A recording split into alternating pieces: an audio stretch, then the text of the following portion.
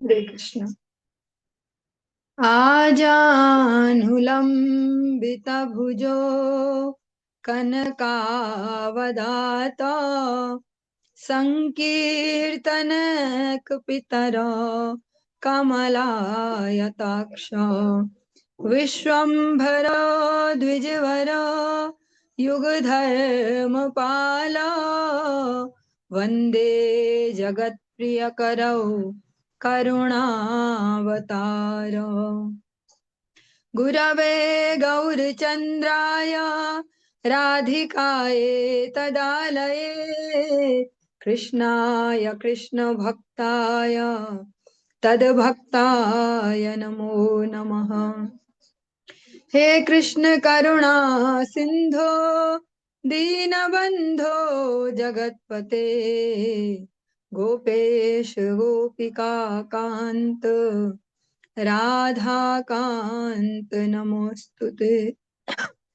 तप्त कांचन गौरांगी राधे वृंदावनेश्वरी वृषभानुसुते देवी प्रणमामि हरिप्रिये। भक्त्या विहीना अपराधलक्षै क्षिप्तास्य कामादितरङ्गमध्यै कृपामयि त्वां शरणं प्रपन्ना वृन्दे नुमस्ते चरणारविन्दम्। जय श्री कृष्ण चैतन्य प्रभु नित्यानंद श्री अद्वैत गदाधर शिवासादि गौर भक्त वृंद। हरे कृष्णा कृष्ण कृष्ण हरे हरे हरे राम राम राम हरे हरे। सर्वप्रथम भगवान के अभिन्न प्रकाश विग्रह संबंध ज्ञान प्रदाता श्री गुरुपाद पद्म पूज्य पात्र रंडी स्वामी अष्टोत्तर सत श्रीमद भक्ति प्रसाद विष्णु गोस्वामी गुरुदेव महाराज के पावन श्री चरण कमलों में असंख्य कोटि दंडवत ज्ञापित करते हुए उनकी अहेतु की कृपा प्रार्थना करती हूँ वे अपनी कृपा वर्षण करें जिससे निज कर्ता अभिमान भाव को छोड़कर एकमात्र उनकी वाणी के वाहक के रूप में अपना परिचय दे सकूं। परम गुरुदेव नित्य लीला श्री भक्ति दयित माधव गोस्वामी महाराज जिनकी आज जो तिरुभाव तिथि उसका अधिवास दिवस है और जगत गुरु भक्त सिद्धांत सरस्वती गोस्वामी ठाकुर बहुपाद व समस्त गुरु परंपरा जय युक्त हूँ। सपार्षद श्रीमन नित्यानंद प्रभु श्री गौर हरि वृंदावन बिहारी श्री राधा गोपीनाथ भगवान जय युक्त हूँ। वे हम सभी पर अपनी कृपा वर्षण करें जिससे भगवान के पवित्र नाम और हरि गुरु वैष्णव सेवा में हम सभी की रुचि उत्पन्न हो सके। हरि गुरु वैष्णव सेवा में रति न होने से भगवान नाम में अधिकार प्राप्त नहीं हो पाता। चाहे हम कितनी संख्या के नाम पे कितनी संख्या घुमा रहे हो, पर अगर सेवा वृत्ति नहीं है तो वो नाम नहीं हो पाता। नाम अपराधी हम करते हैं, अपने जड़ जड़ चिंताएं करते हुए उस नाम को उच्चारण करते हैं। सायकालीन कक्षा में हम श्रवण कर रहे हैं श्री चैतन्य भागवतम। इसका अंत्य खंड हम श्रवण कर रहे हैं जो बहुत ही महत्वपूर्ण है। महत्वपूर्ण भगवान की समस्त लीलाएं हैं, पर जो अंत्य खंड है श्री महाप्रभु इसमें जो वैष्णव आदर्श है उसको स्थापित करने के लिए अनेक अनेक भक्तों से वार्तालाप करते हैं जिससे हमें वैष्णव जो आदर्श है उसका पता चल पाए। दिगंबर आज हम इसकी जो प्रथम अध्याय अंत खंड का उसके 213वीं जो प्यार है इससे प्रारंभ कर रहे हैं। दिगंबर शिशु रूप अद्वैत तनाय नाम श्री अच्युतानंद महाज्योतिर्मय परम सर्वज्ञति हो अचिंत्य प्रभाव योग्याद्वैतेर पुत्र से ही महाभाग धूला माया सर्व अंग हासिते हासिते जानिया ताइला प्रभु चरण देखिते। अद्वैत के श्री अच्युतानंद नामक महाज्योतिर्मय शिशु रूप पुत्र दिगंबर वेश में थे। वे परम सर्वज्ञ और अचिंत्य प्रभावशाली थे। वे महाभाग अद्वैत के योग्य पुत्र थे। प्रभु को पहचान कर वे भी धूल धूसरित सर्वांगों को लेकर हंसते हंसते, छोटे बालक हैं अभी, प्रभु के चरणों को देखने के लिए आ गए।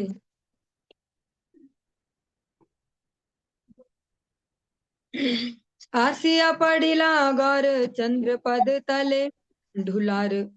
क्या बोल रहा है यार?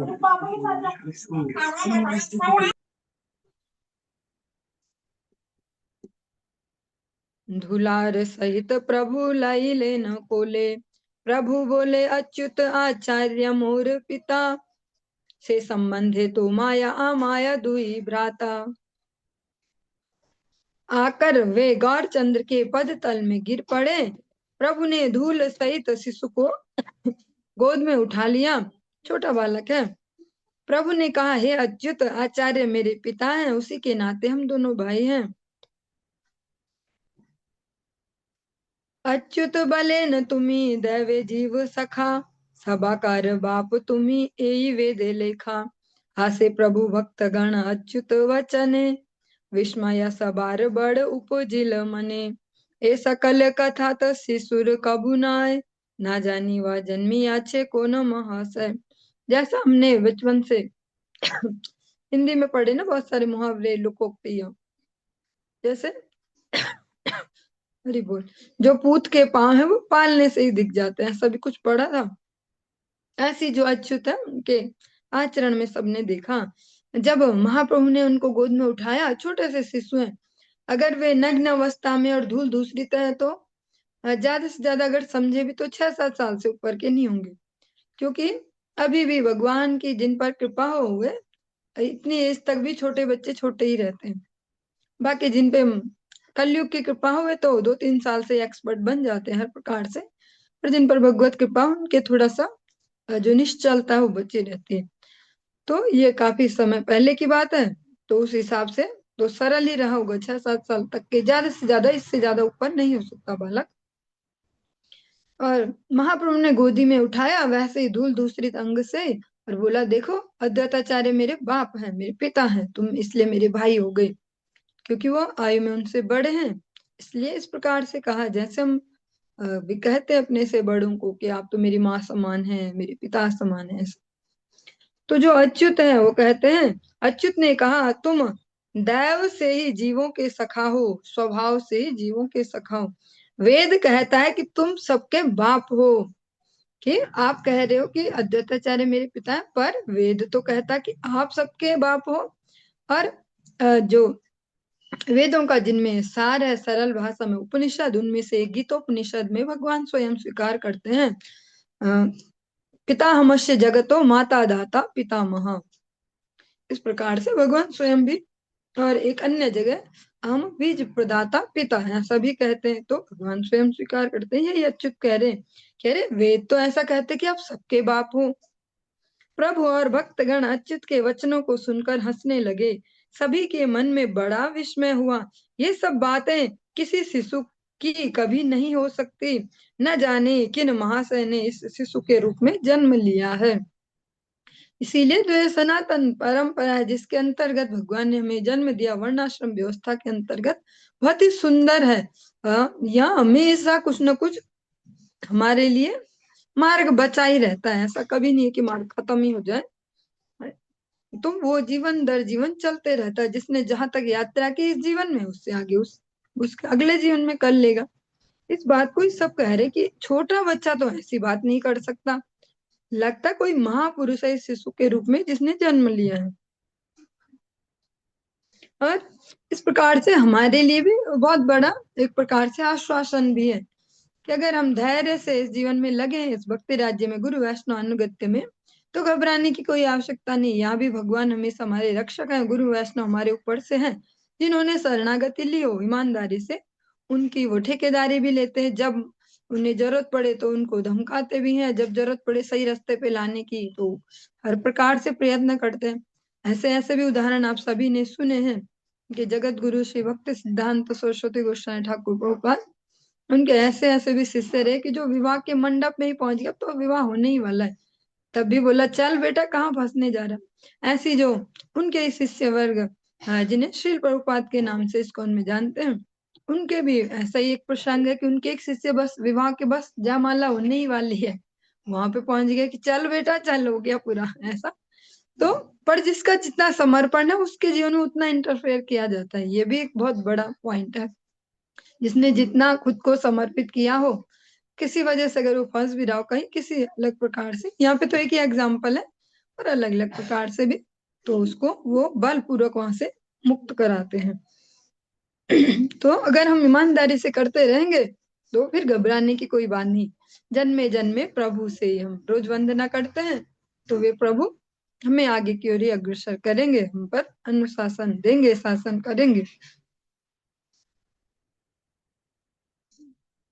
हे नई समय श्री अनंत नित्यानंद, आईला नदिया है ते संगे भक्त वृंद। श्रीवासादि भक्त गण देखिया ठाकुर, लागिले न हरि ध्वनि करिते प्रचुर। दंडवत हैया सकल भक्तगण, क्रंदन करेन सबे धरि श्री चरण। उसी समय श्री अनंत नित्यानंद भक्त वृंद सहित नदिया से आ पहुंचे श्रीवास आदि भक्तगण ठाकुर को देखकर प्रचुर हरिध्वनि करने लगे। दंडवत प्रणति पूर्वक सभी भक्त जन श्री चरणों को पकड़कर क्रंदन करने लगे। तबारे करिला प्रभु आलिंगन दान, सबे प्रभुर निज प्राणेर समान। आर्तनादे रोदन करे भक्तगण, सुनिया पवित्र है सकल भुवन। कृष्ण प्रेमो नंदे कांदे से सुकृति जान, से ध्वनि श्रवणे सर्वा बंध विमोचन। चैतन्य प्रसादे व्यक्त हेल हेन धान, ब्रह्मादि दुर्लभ रस भुंजे ये ते जान। प्रभु ने सबका आलिंगन किया, सभी भक्त प्रभु को अपने प्राणों के समान प्रिय हैं। आर्त स्वर से मतलब करुण स्वर से भक्तगण क्रंदन कर रहे थे, सुनकर सारे भुवन पवित्र हो रहे थे। क्यों पवित्र क्यों हो रहे थे? हाँ, इसमें भी हम छोटा सा पॉइंट समझ सकते हैं। इस दुनिया में कहीं कोई रोता है तो ऐसा बोलते कि बढ़िया है, ऐसा नहीं कहते। उल्टा बोलते कि अरे अशुभ है, अशुभ है, फालतू मत रोया करो, ऐसे रोना नहीं चाहिए, फालतू अशुभ होता है, ऐसा यहाँ ऐसा। लेकिन भक्तगण जो क्रंदन कर रहे हैं उससे सारे भुवन पवित्र हो रहे हैं। और हमारे इस जगत में कोई रुदन करता है तो अपवित्र हो जाता है सब, हाँ अशुभ हो जाता है सब, क्योंकि वे जगत के लिए नहीं रो रहे, वे भगवान के लिए रो रहे। जो जन कृष्ण प्रेमानंद में क्रंदन करते हैं वे सुकृतिमान हैं। जो सुकृति है वो पुण्य नहीं है, सुकृति अलग है, पुण्य अलग है। पुण्य हमें भौतिक पदार्थ देता है, सुकृति हमें परमार्थिक पदार्थ प्रदान करती है। जो भगवान के लिए रोते हैं समझो वे सुकृतिवान है, जो जगत के लिए रोते रहते हैं वे सुकृति नहीं है उनकी। उनकी उस ध्वनि को श्रवण करने से सारे बंधनों से छुटकारा मिलता है। चैतन्य की कृपा से ऐसा अद्भुत धन व्यक्त हुआ था जिससे कोई अर्थात साधारण जन भी ब्रह्मादि के लिए भी दुर्लभ रस का आस्वादन कर रहे थे। जो उनका वो जो रुदन है, वो जो भगवान के लिए जो विलाप है, उसको सुन के जो नॉर्मल मनुष्य भी है, भक्त नहीं है, आज वे भी जो ब्रह्मा आदि को भी दुर्लभ है जो भगवान का प्रेम रस, उसका उनको सुख मिल रहा है, उसको वो आस्वादन कर पा रहे हैं। भक्त का जो रुदन है भगवान के लिए, वही भक्ति राज्य की सबसे बड़ी संपत्ति है। और इस जगत में रुदन सबसे बड़ा अपशगुन है, ऐसे सबसे बड़ा नुकसान है कि रोना धोना ऐसा।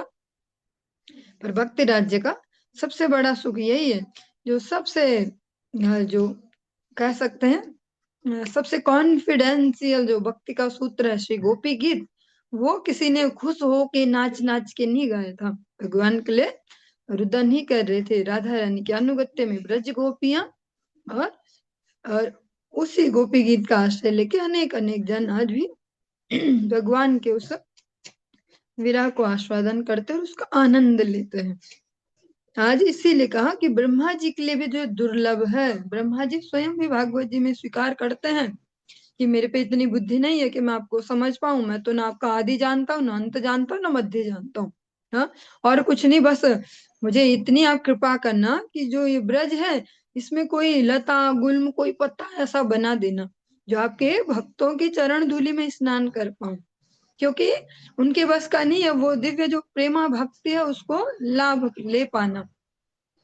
हम जो आज इतनी बड़ी बड़ी बातें कहते हैं सुनते हैं वो सारी कृपा श्रीमन महाप्रभु की है, और उनसे भी ज्यादा कृपा उनके जनों की है जिन्होंने अहेतु की कृपा की, जिनको कहते अकारण करुणा वरुणालय, जो बिना किसी कारण के कृपा करते हैं।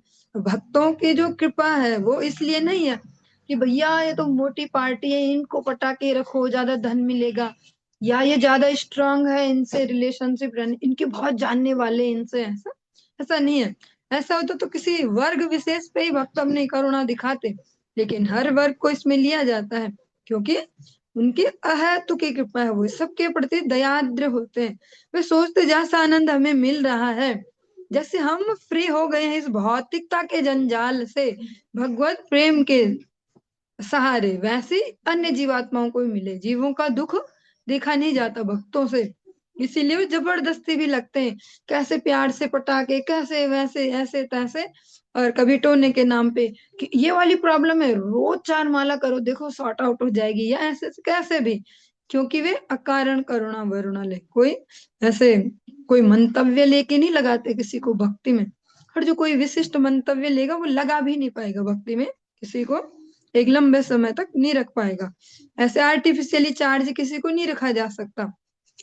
सिखाने वाले का आचरण ही सीखने वाले के आचरण को परिवर्तित करता है, केवल मुंह से बोल के नहीं। मुंह से बोलने वाले तो आज के डेट में कम से कम 1 लाख से भी ज्यादा वक्ता होंगे, मतलब अभी मैं ऐसे नहीं कह रही करोड़ों होंगे, इतना मुझे आइडिया नहीं है, 1 लाख से ज्यादा तो होंगे ही मिनिमम। तो मुंह से जो बढ़िया बढ़िया बोलने वाले तो बहुत है, पर उस रेशियो में इतनी भक्ति तो नहीं बढ़ रही कहीं पे भी। अर्थात इसीलिए आज जो ये भक्त क्रंदन कर रहे हैं गौर निताई के समक्ष, उनके क्रंदन से सारे भुवन पवित्र हो रहे, साधारण साधारण लोग भी उस दिव्य प्रेमा भक्ति का आस्वादन कर पा रहे, क्योंकि वो अभी किसी को दिखाने के लिए नहीं रो रहे हैं।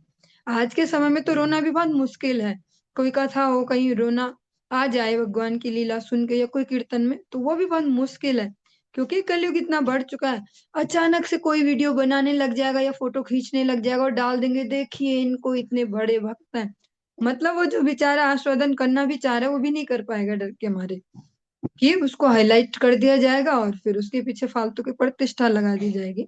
तो आज के समय में और भी कठिन हो गया भक्ति को कर पाना।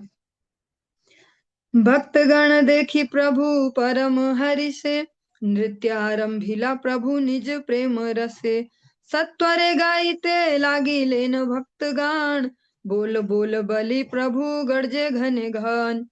भक्तगण को देखकर प्रभु ने परम हर्ष के साथ निजी प्रेम रस में नृत्य करना आरंभ कर दिया। एक तरफ रो रहे भक्त भगवान के लिए, एक तरफ भगवान नृत्य कर रहे, क्या सामंजस्य होगा। तुरंत ही भक्तगण भी गाने लगे, बोलो बोलो कहकर प्रभु बारंबार मेघ सदृश गंभीर गर्जन करने लगे। धरिया बुलेन नित्यानंद महाबली, लक्षित अद्वैत लयन पद धूलि। महाबली नित्यानंद प्रभु को पकड़ कर घूमने लगे, तभी अलक्षित रूप से अद्वैत ने प्रभु की पद धूलि ग्रहण कर ली। श्री चैतन्य महाप्रभु नित्यानंद प्रभु को पकड़कर उनके साथ घूमते हुए ऐसे नृत्य कर रहे हैं। अद्वैताचार्य जी ने बहुत ही चतुरता के साथ उनकी पद धूलि ले ली। अश्रुकंप पुलक हुंकार अट्टहास, किवा से अद्भुत अंग भंगिर प्रकाश, किवा से मधुर पद चालन भंगिमा, किवा से श्रीहस्त चालन आदिर महिमा, कि कहे वो सेवा प्रेम रसेर माधुरी, आनंदे तुलिया बाहु बले हरि हरि, रसमय नृत्य अति अद्भुत कथान, देखिया परमानंदे डूबे भक्तगण, हराइया छिला प्रभु सर्व भक्तगण, हेन प्रभु पुनर्बार दिला दर्शन, आनंदे नाहिक वाह्या कहारो शरीरे, प्रभु बेड़ी सबेई उल्लास नृत्य करे, केवा कार्य गाए पड़े केवा कार्य धरे, केवा कार्य चरण धरिया वक्षे करे, केवा कार्य धरि कांदे केवा कीवा बोले, केहो किछु ना जाने प्रेमेर कुतूहले। सपार्षदे नृत्य करे वैकुंठ ईश्वर, ए मत अपूर्व हया पृथ्वी भीतर। जब मायापुर धाम परिक्रमा में जाते हैं भैया, परिक्रमा के बीच में तो नहीं आता वो, अलग से दर्शन करने जब जाते तब एक ऐसी भी जगह, भी नाम याद नहीं आ रहा ठीक से, स्वर्ण विहार, नहीं पता नहीं, याद नहीं अभी ठीक से। वहां पे अभी पत्थर है, कुछ पत्थर, और वह कान लगाओ तो वहां भी मतलब ऐसे बहुत धीमे धीमे ऐसे संकीर्तन की आवाज आती है।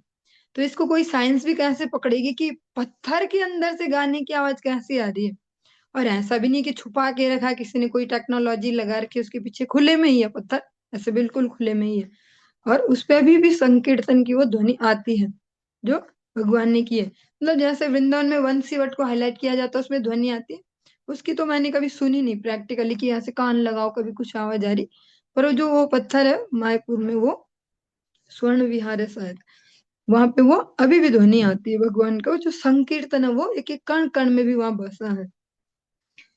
अश्रु कंप पुलक हुंकार और अट्टहास सहित वह कैसा अंग संचालन का प्रकाश हो रहा था, वह कैसी मधुर पद संचालन की भंगिमा थी, वह क्या ही महिमामय श्री भुज संचालन था।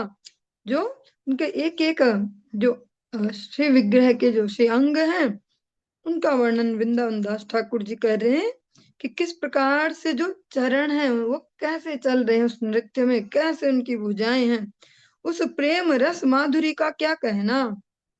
अभी हमारे जो सूखे सूखे ये मुख है, सूखे सूखे हृदय, इनसे इनको वर्णन कर पाना भी सूखा सूखा ही लगेगा। कभी भगवान की कृपा हो गुरुदेव से या उनके जैसे कोई स्निग्ध जन अगर इसको सुनाएंगे तो फिर हम उसको तुरंत हृदय में आनंदित भी हो पाएंगे, उसको स्पर्श कर पाएंगे, हृदय के अंदर उसको अनुभव भी कर पाएंगे। अभी तो सूखा सूखा सा लग रहा है, केवल शब्द सुनने जा रहे हैं तो उनसे कोई इफेक्ट नहीं पड़ रहा। आनंद के साथ भुजाओं को ऊपर उठाकर वे हरि हरि कह रहे थे। वह रसमय नृत्य अति अद्भुत था, उसे देखकर भक्तगण परम आनंद में निमज्जित हो रहे थे। सभी भक्तगणों ने जिन प्रभु को पहले खो दिया था, वे प्रभु अब फिर दर्शन दे रहे थे। सबको लगा था कि अब तो हम गौरा जी को कभी देख नहीं पाएंगे, अब संन्यास धर्म में स्वीकार कर लेंगे तो कभी मिलना नहीं होगा, लेकिन आज फिर से मिल गए। तो इसलिए उनकी जो आनंद की जो तुलना है वो किसी किसी भी जो जागतिक सुख है उससे नहीं की जा सकती। आनंद में निमग्न किसी भी भक्त के शरीर में बाहरी सुध बुध नहीं थी। प्रभु को घेर कर सभी जन उल्लास सहित नृत्य कर रहे थे। न जाने कौन किसके अंग पर जाकर गिर रहा था, कौन किसको पकड़ रहा था, या कौन किसके चरण वक्ष पर धारण कर रहा था, कौन किसको पकड़ कर रो रहा था, कौन क्या कह रहा था। इन सब बातों का प्रेम के आनंद में किसी को भी कुछ पता नहीं था। वैकुंठ के ईश्वर पार्षद सहित नृत्य कर रहे थे, ऐसा अपूर्व आनंद इसी पृथ्वी पर हो रहा था। इसीलिए अभी भी संकीर्तन का जो आनंद है उसको कहीं कंपैरिजन नहीं किया जा सकता। वो जो अतुलनीय आनंद है, जो उसमें जिस भावना से प्रतिभाग करेगा उतना ही उसको ले पाएगा। ये ऐसा ही है कि जितना निचोड़ने की क्षमता हो नींबू से उतना रस ले लो। बहुत ही भौतिक सा एग्जाम्पल है, पर अभी फिलहाल इससे ही काम चलाना पड़ेगा। जो संकीर्तन है उसका आनंद वही ले पाएगा जो इस संकीर्तन विलास की कथा सुने और निश्चल हृदय से उसमें प्रतिभाग करे। जागतिक कोई प्रतिष्ठा और इस प्रकार के कोई मुझे देखे मैं हाईलाइट हूं ऐसा ऐसा, इन विचारों को जब छोड़कर केवल ऐसे फ्री होके हल्के होके उस संकीर्तन का आनंद लेंगे तो कहीं जाके कुछ मात्रा में थोड़ा सा, बहुत ही अल्प, काउंटिंग में भी नहीं आ सकता कि 1% भी नहीं बोल सकते, 1% तो बहुत ज्यादा होता है, पर कुछ थोड़ा सा अंश उसको अनुभव कर सकते हैं जो संकीर्तन है। और संकीर्तन ही इस युग का युग धर्म है। भगवान कृष्ण रास विहार करते हैं, पर वो हम जैसे जीवों की पहुंच से पहुंच में नहीं है। वो हम न उसके लिए हमें कोई गुरु वर्ग भी न कोई गुरु परंपरा अलाउड करती कि हम अलग से स्वतंत्र रूप से रास लीला प्रसंग पढ़ें या सुने या गाएं ऐसा। लेकिन जो संकीर्तन रास है भगवान ने सबके लिए दिया, इसको सभी कर सकते हैं, इसमें कोई विधि निषेध नहीं है। और जो भी जिस भावना से इसको करेगा उतना ही उसको अनुभव हो पाएगा, और अनुभव के आगे और कोई प्रमाण नहीं चलते। जो संकीर्तन है उसका आनंद संकीर्तन में ही लिया जा सकता है, उसको शब्दों से किसी को पिला नहीं सकते। पता है ऐसा लगता है ना, ऐसा लगता है, ऐसा कोई किसी को बता नहीं सकता।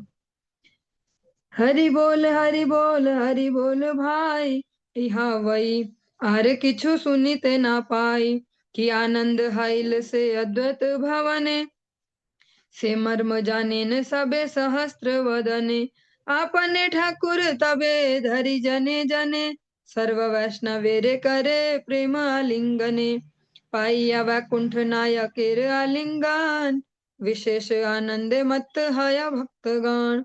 हरि बोलो हरि बोलो हरि बोलो भाई के अतिरिक्त और कुछ सुनाई नहीं दे रहा था। अद्वैत के भवन में वह कैसा आनंद हुआ, इसका मर्म केवल सहस्त्र वदन ही जानते हैं। क्योंकि भगवान का बिल्कुल कॉन्फिडेंशियल जो प्रथम विस्तार है वह सहस्त्र वदन श्री नित्यानंद प्रभु, तो वही उसको समझ भी सकते हैं उस आनंद को। और अगर कहीं एक्सप्लेन करने की जरूरत पड़ी तो कुछ कुछ वही एक्सप्लेन कर सकते हैं, कोई भौतिक कोई मनुष्य तनुधारी कोई जीवात्मा उसको एक्सप्लेन नहीं कर सकते। फिर सभी वैष्णवों को एक एक करके पकड़ पकड़ कर ठाकुर प्रेम आलिंगन करने लगे। वैकुंठ नायक का आलिंगन पाकर भक्त विशेष आनंद में मत्त हो गए। जिन भगवान जब मर्यादा पुरुषोत्तम की लीला करते हैं, चरण धूलि से जो पत्थर है उसमें भी प्राण आ गए। आज वे भगवान अपने पूर्ण स्वरूप में पूर्ण औदार्य जो अवतार है राधा कृष्ण मिलित तनु होकर जब भक्तों को आलिंगन कर रहे होंगे तो उनकी क्या स्थिति होगी। किनकी चरण से केवल स्पर्श हुई, धूल ही गिरी है बस, चरण भी स्पर्श नहीं कराया। थोड़ा सा भगवान राम ने ऐसे ऊपर से थोड़ा चरण किया और उससे थोड़ी धूल गिरी, क्योंकि उनके मर्यादा के अनुकूल नहीं है कि पैर लगाना, वो जो पता ही है कि ये स्त्री है या ऐसा, तो केवल चरण धूल गिरी है वो थोड़ी सी, उससे उनका उद्धार हो गया। आज वे भगवान स्वयं जिसको आलिंगन दे रहे हैं उनके भाग्य के, और भाग्य तो नहीं कहेंगे, वहां भाग्य तो हम जड़ संसार में यूज करते हैं, ये तो भाग्य का विषय नहीं, वे भगवान के नित्य पार्षद हैं। तो उनका जो आनंद है उसका वर्णन सहस्त्र वदन ही केवल कर सकते हैं। हरि बलि सर्वगणे करे सिंहनाद, पुनः पुनः बाड़े आरो सबार उन्माद, सांगो पांगे नृत्य करे वैकुंठेर पति, पद भरे टलमल करे वसुमती, नित्यानंद प्रभुवर परम उद्दाम, चैतन्य बेड़िया नाचे महाज्योतिर्धाम, आनंदे अद्वैत नाचे करे हुंकार, सबे चरण धरे पाया यहार, नवद्वीपे ये नहल आनंद प्रकाश, से मत नृत्य गीत सकल विलास। हरि कहकर सभी जन सिंहनाद करने लगे, बारंबार सभी का उन्माद भाव और भी बढ़ रहा था। वैकुंठ के पति सांगो पांग नृत्य कर रहे थे, अपने जो सब पार्षद नृत्य कर रहे हैं भगवान, इसलिए और भी ज्यादा पावरफुल है ये संकीर्तन। भगवान और उनके साथी मतलब एक टीम वर्क जैसे कहते हैं ना, ऐसे ही। चरणों के भार से वसुमती हिल डोल रही थी, धरती जो है वो कंपायमान हो रही है। परम उद्दाम मतलब वहां कोई रेस्ट्रिक्शन नहीं है, या कोई माइंड में भी कोई अनुशासन कुछ ऐसा नहीं है कि ऐसा नहीं करना और वैसा नहीं करना। परम वो जैसे सुविज्ञ स्वराट पूर्ण स्वतंत्रता से भगवान अभी अपने संकीर्तन विलास का आनंद ले रहे हैं, तो धरती भी कंपायमान हो रही है। माँ ज्योतिर्धाम प्रभुवर नित्यानंद चैतन्य को घेर कर नृत्य कर रहे थे, अद्वैत आनंद के साथ हुंकार पूर्वक नृत्य कर रहे थे।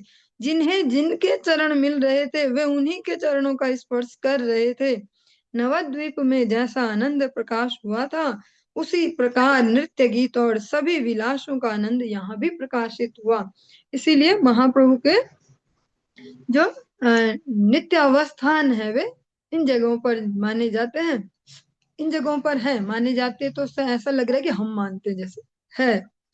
श्रीवासंगन, अद्वैत भवन, सचिरंगन, नित्यानंद नर्तन, इनमें भगवान हमेशा, और राघव पंडित का भवन, इनमें हमेशा भगवान विराजित रहते हैं, हमेशा उपस्थित रहते हैं।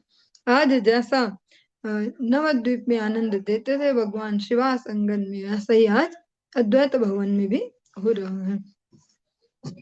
कथो क्षणे महाप्रभु श्री गौरांग सुंदर, स्वानुभावे वैसे विष्णु खट्टार ऊपर, जोड़ हाथे सबे रही लेन चारी भीते, प्रभु लागी लेन निज तत्व प्रकाशिते।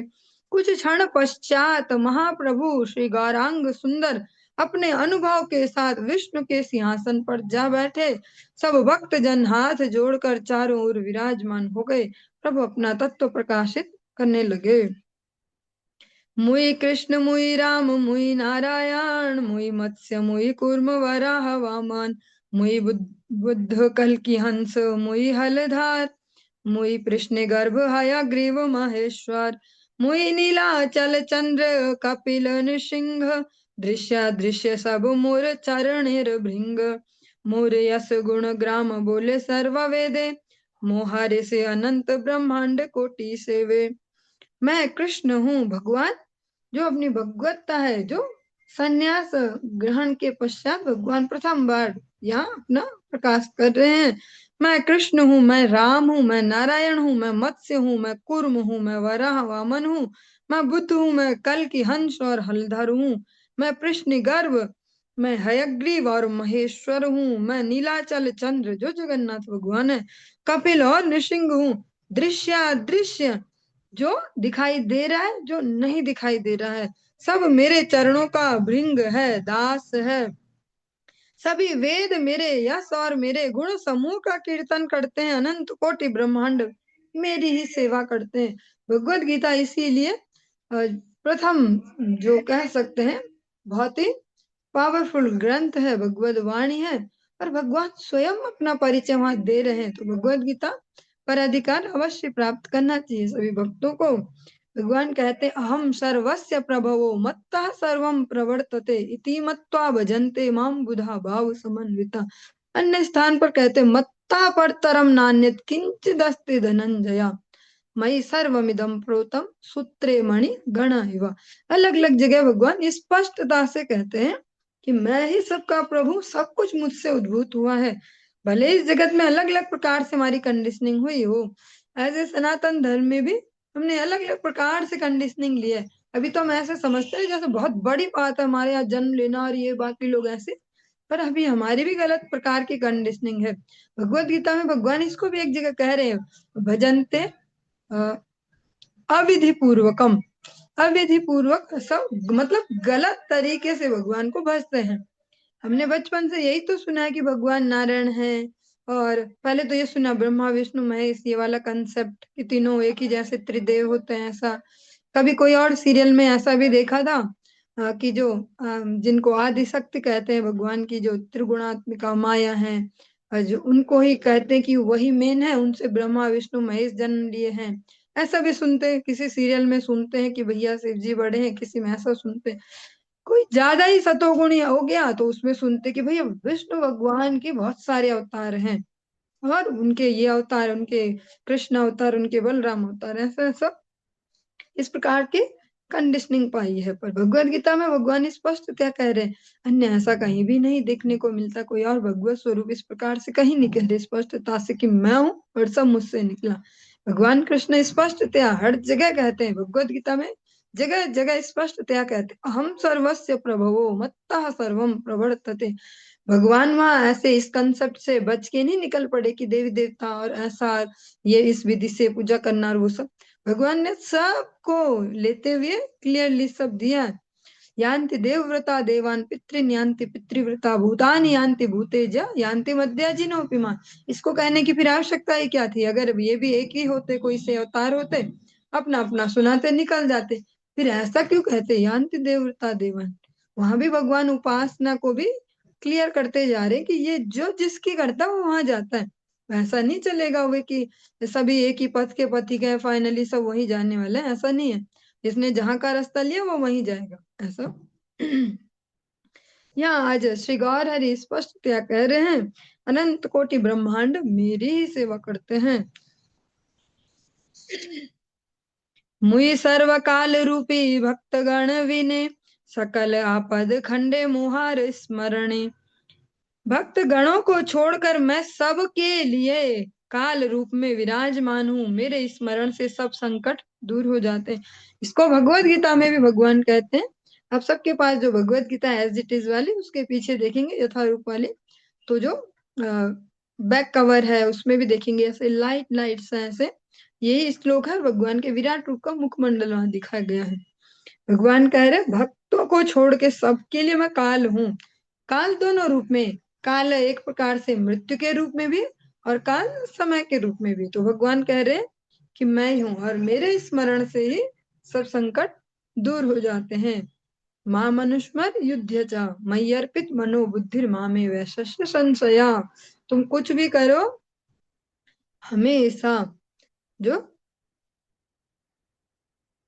प्रत्येक परिस्थिति में पहले मेरा स्मरण करो, फिर तुम्हारा जो भी ऐसा अपना अपना युद्ध जो है उसको करो, फिर उससे तुम फाइनली मुझे प्राप्त करोगे। भक्त विनोद ठाकुर जी जो सप्तम गोस्वामी के रूप में वैष्णव जगत में शोभा पा रहे हैं, वे भी बहुत सुंदर से और सरल सरल अपने कीर्तनों के माध्यम से जो वेदों का ये धर्म है इसको कह सकते हैं सिंप्लीफाई करके, सरलीकरण करके हमारे लिए देते हैं। बहुत सुंदर प्रभाती कीर्तन है, उसकी एक सुंदर सी लाइन आती है, नामाश्रया करे यतन तुमी था कहापन काज। इसके कि भगवान के नाम का दृढ़ता से आश्रय लो और अपने कार्यों को करो। ऐसा नहीं बोल रहे कि कार्यों को छोड़ दो, पर पहले नाम का आश्रय यतन तुम्ही दृढ़ता से। भगवान कहते हैं प्रत्येक परिस्थिति में पहले मां मनुष्मर तस्मात् सर्वेषु कालेषु मां मनुष्मर युद्ध च, पहले मेरा स्मरण फिर अपना जो भी युद्ध हो। इस विधि से तुम मुझे फाइनली प्राप्त करोगे। द्रौपदी रे लज्जा है ते मुई उद्धारिलु, जाऊ गृह मुई पंच पांडवे राखिलु। मैंने द्रौपदी का लज्जा से उद्धार किया था, लाक्षा घर में मैंने पंच पांडवों की रक्षा की थी। वृकासुर वधि मुई राखिलु संकार, मुई उद्धारिलु मोर गजेंद्र किंकर। वृकासुर को मारकर मैंने शंकर की रक्षा की थी। श्री भागवत जी में अपने ये प्रसंग श्रवण किया था। वृकासुर जिनको दूसरे शब्दों में भस्मासुर भी कहते हैं, कि उनसे भोलेनाथ को भी भगवान ने बचाया, वहां भी एक मोहिनी अवतार धारण किया और उनकी रक्षा की। अपने किंकर गजेंद्र का मैंने उद्धार किया था। मुई से करिलु प्रहलादेर विमोचन, मुई से करिलु गोप वृंदेर रक्षण। मुई से करिलु पूर्व अमृत मंथन, वंचिया सुर रक्षा कैलु देवगण। मैंने प्रहलाद का विमोचन किया था, मतलब बचाया था। मैंने ही गोप वृंद की रक्षा की थी। पूर्व में मैंने ही अमृत मंथन किया था और असुरों को वंचित करके देवताओं की रक्षा की थी। समुद्र मंथन जो अभी तक भी हमने अलग अलग प्रकार से टीवी में देखा है, ऐसा ऐसा वो कुछ और ही दिखाता है, लेकिन भागवत जी इसी प्रकार से दिखाती है कि सब कुछ भगवान ने ही किया। भगवान ही वासुकी को लाने वाले, भगवान ही मंदराचल को लाने वाले, भगवान ही उसको अपनी पीठ पे धारण करने वाले, भगवान ही मंथन करने वाले। फाइनली मंथन भी भगवान ने ही किया, भले इकट्ठे हुए हैं देवता और दैत्य, पर फाइनली तो हमने श्रवण किया ही था कि भगवान ने ऐसे फटाफट फटाफट ऐसे और फटाफट से मंथन करके किनारे, और फिर अमृत बांटा भी स्वयं से। तो सारा समुद्र मंथन भगवान ने किया, ना माता देवताओं का और दैत्यों का। क्योंकि भगवान को टोपी पहनने का शौक नहीं है कि मेरे सर पे टोपी है कि इन्होंने किया है, क्योंकि जिसमें होती है क्षमता वो दिखाता नहीं है उसको, जिसमें नहीं होती वो दिखाते जाता है कि देखा देखा मैंने किया था, यहाँ से देखा था। आज भगवान श्री गौर हरि कहते हैं कि पूर्व में अमृत मंथन भी मैंने ही किया और असुरों को वंचित किया और देवताओं की रक्षा की। मुई से बधिलु मोर भक्त द्रोही कंस, मुई से करिलु दुष्ट रावण निर्वंश। मैंने ही मेरे भक्तों से द्रोह करने वाले कंस का वध किया था मैंने ही दुष्ट रावण को निर्वंश किया था।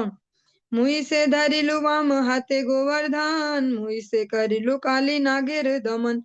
मैंने ही बाएं हाथ पर गोवर्धन को धारण किया था, मैंने ही काली नाग का दमन किया था। मुई करो सत्य युगे तपस्या प्रचार, त्रेता युगे यज्ञ लागे करो अवतार। ए मुई अवतीर्ण हईया द्वापरे, पूजा धर्म बुझाइलु सकल लोके रे।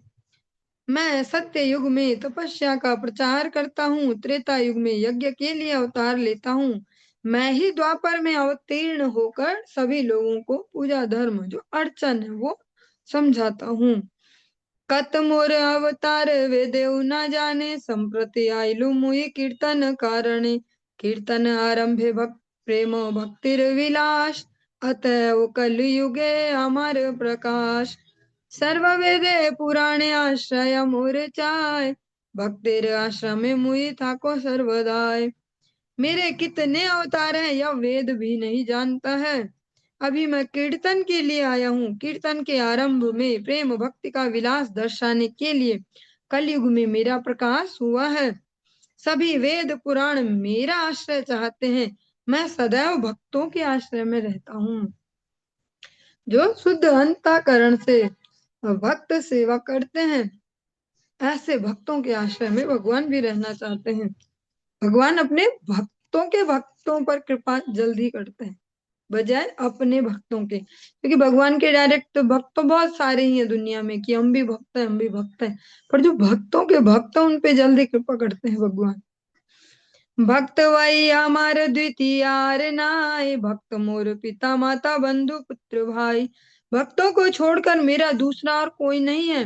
भक्त मेरे पिता माता बंधु और पुत्र और भाई हैं। जब दुर्वासा ऋषि वाला प्रसंग आपने श्रवण किया था भागवत जी में, और आगे भी करेंगे, जो रिपीट चल रहा है अब हमारा फिर से उसमें भी श्रवण करेंगे। दुर्वासा ऋषि जब भगवान के पास फाइनली वैकुंठ में गए क्षमा मांगने, तभी भगवान ने यही बोला कि मैं भक्तों के अहम भक्त पराधीन, मैं भक्तों के अधीन हूँ, मैं स्वतंत्र नहीं हूँ। वो मैं उनका सब कुछ हूँ, वो मेरे सब कुछ है, उनके हिसाब से ही मैं चलता हूँ, मेरा कोई स्वतंत्र अस्तित्व नहीं है। यद्यपि स्वतंत्रयामि स्वतंत्र विहार, तथापि हा भक्तवश स्वभाव अमार। यद्यपि मैं स्वतंत्र हूँ और मेरा विहार स्वतंत्र है। भागवत जी के प्रथम स्कंद के प्रथम अध्याय में हमने श्रवण किया, प्रथम श्लोक में सुविज्ञ स्वराट, भगवान पूर्ण स्वतंत्र है। पर भगवान कह रहे हैं मैं पूर्ण स्वतंत्र हूँ, मेरा सब करना जो भी मैं कर रहा हूँ सब स्वतंत्र है, कोई नहीं है मेरे ऊपर ऐसा बोलने को कि सही है कि गलत है, ऐसा मत करो कि ऐसा करो। तथापि भक्तों के वश में रहना मेरा स्वभाव है। फिर भी मुझे भी बंधन पसंद है भक्तों का, भक्त मुझे बांधे ये मुझे पसंद है। तुमरा से जन्म जन्म सहतिया मार, तुम सबा लागी मोर सर्वावतार। तिलार देखो आमी तुमा सबारे छाड़िया, कोथाओ ना था कि सबे सत्य जान इहा। तुम्हारा और मेरा जन्म जन्म का साथ है। जो भक्त है वहां भगवान के उनको कह रहे हैं, जो उनके वो नित्य पार्षद हैं, वो कोई हमारे जैसे ऐसे नए नए बस हरी बोल, हरी बोल, कोई वो हमारे जैसे नहीं है जो भक्त गर्व लेके घूम रहे कि हम हो गए भक्त, जबकि भक्ति का भाव भी नहीं पता। वो जो जिनको भगवान कह रहे हैं वे भगवान के नित्य पार्षद है, जो उनके साथ ही चलते हैं हमेशा हमेशा, जिस भी लीला को वे विस्तार देने जाते हैं वहां उनके साथ साथ चलते हैं। तुम सबके लिए ही मेरे सभी अवतार हैं, मैं तुम सबको छोड़कर आधा तिल मात्र भी कहीं और नहीं रहता हूँ, तुम सब इसे सत्य समझना। भगवान कभी भी अपने भक्तों को नहीं छोड़ते, और जो भक्तों के भक्त होंगे फिर उनको कैसे छोड़ देंगे।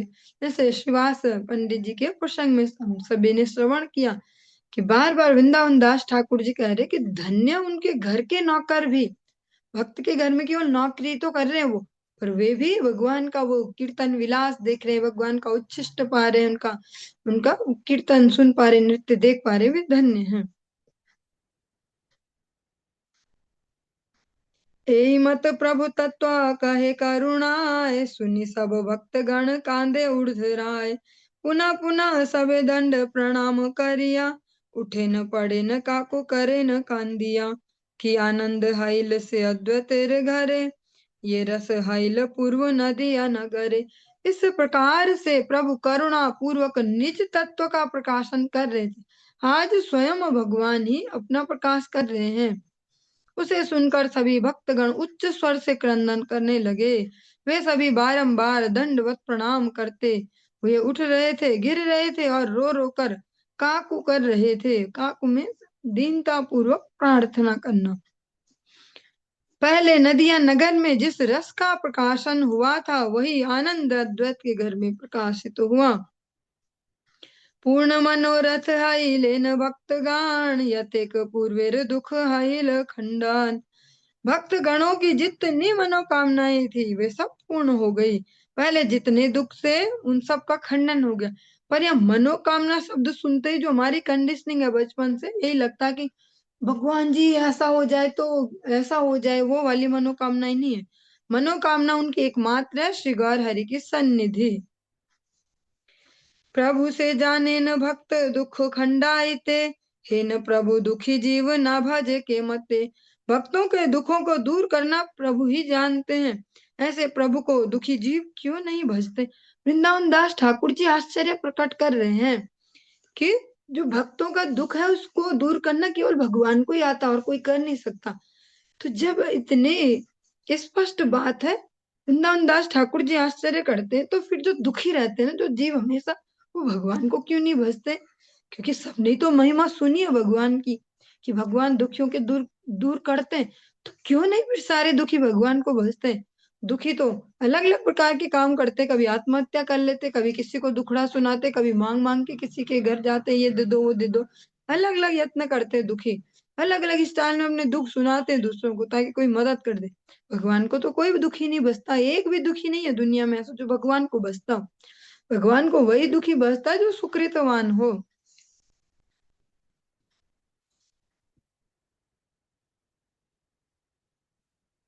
करुणा सागर गौर चंद्र महाशय, दोष नहीं देखे प्रभु गुण मात्र लाए।